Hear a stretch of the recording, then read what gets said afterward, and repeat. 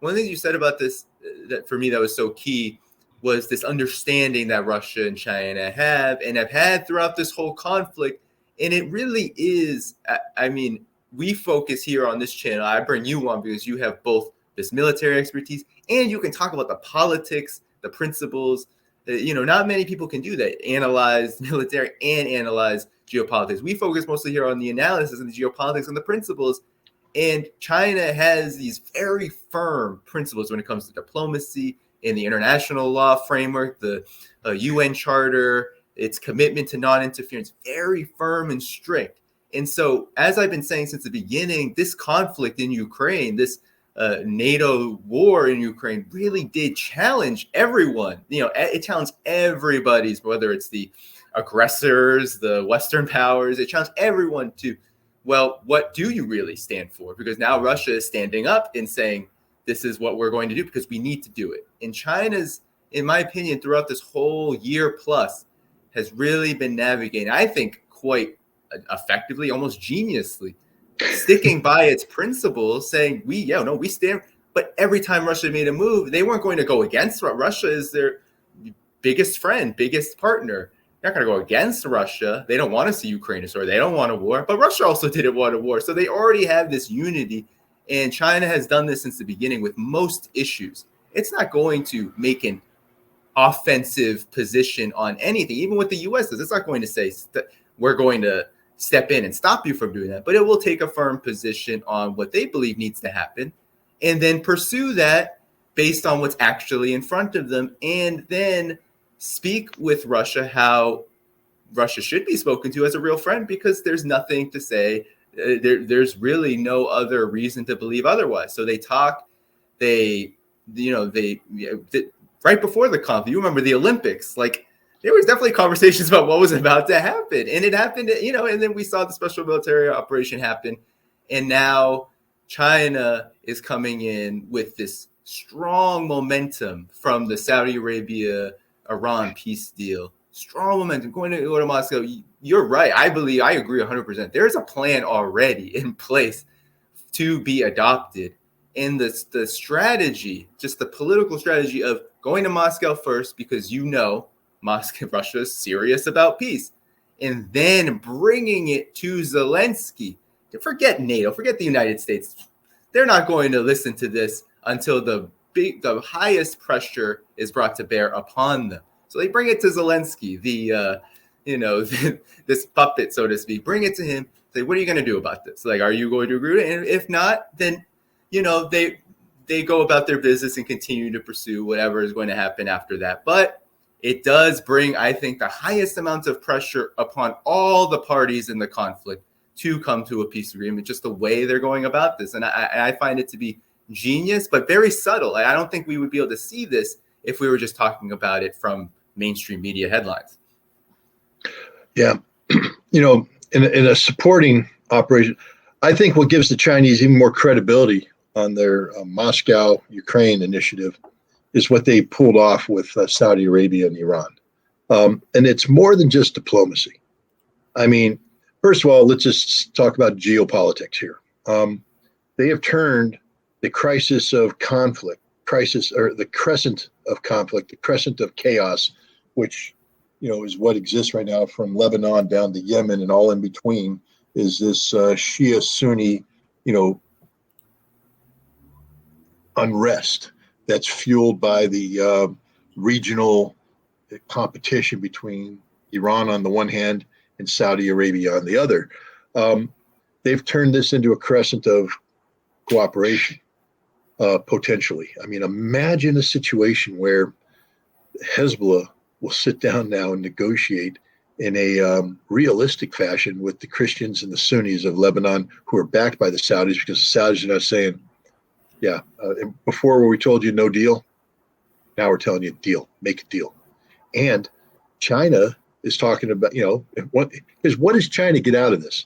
Well, we'll get into that in a second, but first of all, China's opening up, Belts and Roads Initiative type penetration into the Middle East on a major way. The United States, with our genius, far-reaching, looking afar foreign policy, are sanctioning the hell out of everybody. Hell, we won't even allow aid to go to Syria after the earthquake because we're such, bad word, I won't say it, but we're that. And the same thing with Lebanon, the suffering that's taking place. We have this, the Caesar Act in place, I believe, and so we're sanctioning Lebanon, so we can't help their economy grow and all that stuff. The Chinese are like, we don't do sanctions. But what we don't do also is go into a place where you guys are killing one another. We don't like that either. So we'd like you to sit down, make peace, and then we're going to come in and we're going to make you all look good by helping you build this thing up. And I think that the Chinese are doing it. So you're looking at the potential. I mean, my God, can we bring it into that the war in Yemen? Could you imagine this time next year not having to turn on TV or the internet and see the pictures of the starving children? Could you imagine that? I mean, I'm far away from that. And I get teary-eyed going, yeah, that'd be cool. That'd be great. But imagine being the mother of a Yemen, of a child saying, my child can actually get nutrition, wake up in the morning without bombing, and go to school and get an education. That's what this peace agreement, this normalization relations creates. But here's the big deal. Because the Chinese, as much as they like peace, they're not really big kumbaya people. They don't necessarily want to come together and get everybody to hold hands from Lebanon down to Yemen and sing kumbaya and it's wonderful and everything like that. No, the Chinese are business people. They're about business. And what they've just done with this, because who applied to join BRICS, that economic forum that's competing with the G7? Because this is some of the biggest news out there. I know some people disagree with me, but I think this is a big deal. Iran applied. They're probably going to be brought in. And now who has said, we want to join BRICS too? Saudi Arabia. Now, that doesn't work if Saudi Arabia and Iran are going to war with each other, because BRICS isn't about bringing in people who want to fight one another. BRICS is about bringing about stability. That's why BRICS is so important between India and China, because you can't have these two guys going at it. They need to be cooperating. And it's working. It's tough because the Indian and Chinese relationship is a tough relationship. But because of now a shared economic interest, again, James Carville, it's the economy stupid, applies globally, not just in the United States. So the Chinese, what do they need to make their economy rumble? Energy. They need energy. And who's got energy? Well, the Iranians have it. The Saudis have it. And guess what happens when you take two of the world's largest oil producers and you create stability in another large oil producer, Iraq? Suddenly the Chinese are going, we got leverage all over the place here, guys. And now the United States and Europe going, well, wait a minute, Saudi Arabia was our energy accelerator, decelerator. When we needed, cheap gas, they produced a lot. When we needed, to raise the prices, to help American producers, they would lower it. The Chinese were our boys. They did what we wanted. I'm not Chinese, the Saudis. The Saudis are like, we ain't playing that game anymore. You guys stabbed us in the back. You don't treat us right. We're going to the Chinese because there is no moral code to deal with the Chinese. They don't have some artificial, you got to do X, Y, and Z. The Chinese are like, you're Saudi Arabia, you guys figure it out. We prefer you to do it in a pleasant way. But if your gig is to go out and execute 20 people on a weekend, swing the sword, baby. We don't care. All we care about is that we get access to that oil and we get access into your country so our Chinese, construction teams can come in and build highways and great infrastructure and all this kind of stuff, and then you benefit. That's a Chinese approach, and they are locking it up. If you take a look at the International Monetary Fund's World Economic Outlook that was published in October. I know 5 months ago. I know, come on, Scott, got to have current data. Well, sometimes data, it's pretty cool if you reevaluate data. I mean, imagine if all you did when you looked at the World Bank's or the IMF's World Economic Outlook was to look at just pure GDP. You're doing a GDP analysis. And so you're focused on that. And right now, the West still looks pretty good because they've artificially hyped up their GDP numbers. And when you compare the lesser GDP numbers of Russia and all those countries, the G7 is looking pretty strong and BRICS is looking, But what if we went to PPP, the parity numbers, converting GDP into what it actually means in terms of buying power, purchasing power. Wow, something really big happens. BRICS has a larger share of the global economy than the G7. And that doesn't include Iran and Saudi Arabia. Imagine how you throw them in. Argentina wants to join, Egypt wants to join, Turkey wants to join here. BRICS suddenly is exploding with this, the kind of economic potential that is needed to create what Russia and China talked about. You mentioned it back at the Olympics, Trans-Eurasian Economic Union. Now in the West, everybody's going, what? How do you spell that? Well, you better learn, guys, because it's real and it's going to be the engine that drives the global economy in the next century. Trans-Eurasian Economic Union. Ask yourself why Iran is suddenly not so worried about the JCPOA. Why would Iran want to get the JCPOA? So sanctions can be lifted. So what? So they can do business with Europe. They can do business with the West. The allure of that's gone. What Iran's doing now is saying, wait a minute, you mean we had these neighbors over here? Oh, hey, Turkmenistan, how you doing? Uzbekistan, how you guys doing down there? You want us to come over and play? Yeah, we'll go play. And so Iran's now moving into this undeveloped Eurasian hinterland, working with the Chinese, who they just did a peace treaty with the Saudis. And the Saudis are backing up because they got a lot of money. So you get Saudi investment, Iranian know-how, Chinese investment. The next thing you know, this thing's clicking, and America and Europe are sitting there going, what happened? What happened? I thought we were the world leaders. It's not this is like, you're doing the Indianapolis 500 race and you think you're in the lead. And you pull in for a pit stop and you come out and you're 20 laps behind and they ain't going to pit anymore, because they're gone. You lost that race, man. And that's what's happened here. That's what the importance of this is. Nobody's looking at PPP ratios. There's a nice boutique analytical group, Acorn, MC. They looked at it, but the big people out there, they're not looking at it. They're working on GDP. It ain't GDP that's going to make this new multipolarity work. What makes the new multipolarity work are numbers that have meaning across the board, not numbers that have meaning only in isolation. And so, your PPP calculations are everything. And hats off to Acorn, MC. You guys did a good job. Richard, nod to you. He's the analyst who did it, so I'm calling him out, give him full credit. But this is what the world is today. And so now we have China doing this. So now understand what we're saying. Now I just painted this picture where China is pretty much single-handedly redefined the world.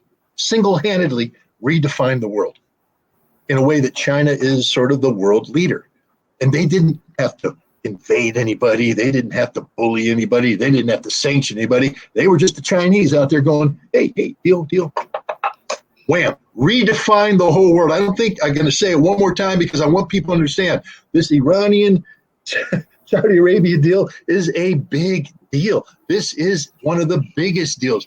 The world has been redefined, reimagined. It ain't what it was yesterday, guys. It ain't a European-centric. Europe ain't the garden. I know Burrell said it was the garden. Europe is the pathetic, weed-infested, cesspool of whatever it is. It ain't the garden anymore. All right? The garden is in Trans-Eurasia. That's the new garden. Yeah, they may not have, European, tulips out of Amsterdam, but they certainly got date trees. They got a whole bunch of other cool stuff that has that Eurasian feel to it. And that's the way the world's going to be ticking there. Not off of Europe anymore. Definitely not off the United States. Doesn't mean they go away. They don't go away. But it doesn't mean they're calling the shots anymore. And that's the thing. So now, with that, now let's reevaluate China going to Moscow. Because now this isn't just an act in isolation. This is China coming in, having redefined the entire world. So now when China does its backseat diplomacy with the Europeans and the Americans, they're not just saying, hey, getting this peace deal done with Ukraine is the best thing for Europe. They're sitting there saying, this may be the only thing that can keep you economically viable in the newly redefined world. Do you really want to marry yourselves to a war that's just going to bankrupt you more, suck away more of your resources that you're going to lose? Or You want to get out of this and get your act together so you can come in and plug into what we're doing over here, which is pretty damn exciting. And we'd like you to be a part of it. See, we're not anti-American. I know you're anti-Chinese, but we're not anti-American. We want you to be a part of this miracle because you got stuff we don't have. You got some great industry. You got wonderful technology. We need you plugged in over here, America. Europe, you too.